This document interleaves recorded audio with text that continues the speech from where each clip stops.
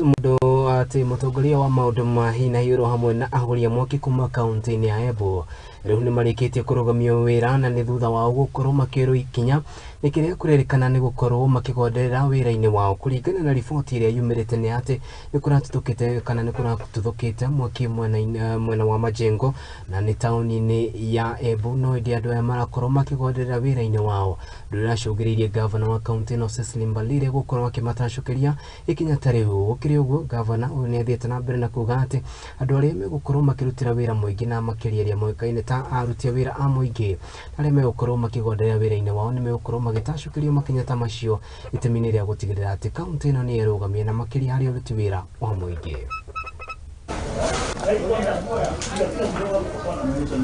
I sincerely want to apologize to the people of Majengo because one, our department, fire department, did not respond at all to the fire. They had a fire engine that was operational, fueled, but they refused to go to site.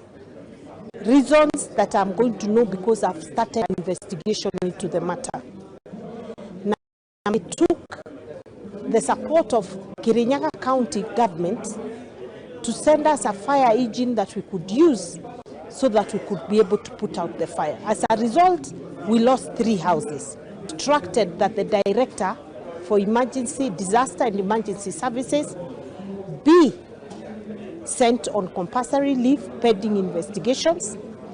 A show cause letter to show why he should not be disciplined because he didn't take action, he was not even in the county. 3, the firemen themselves who were on duty have also gotten a show cause letter because they do not respond as they should have.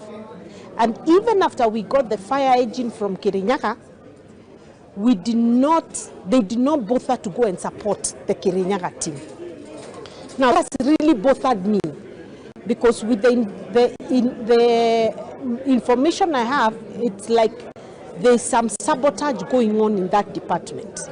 Nataka nishukuru kwanza zaidi Her Excellency the Governor kwa sababu ya kuchukua hatua ya haraka, na leo hivi ambao tunazungumza, jana nimepata ripoti kutoka kwa ofisi ya Governor na kutoka kwa County Secretary kwamba ameweza kuchukua hatua na ameweza kusimamisha kazi wafanyikazi watano kama vile tulivyoona vile wananchi pia walivyoomba.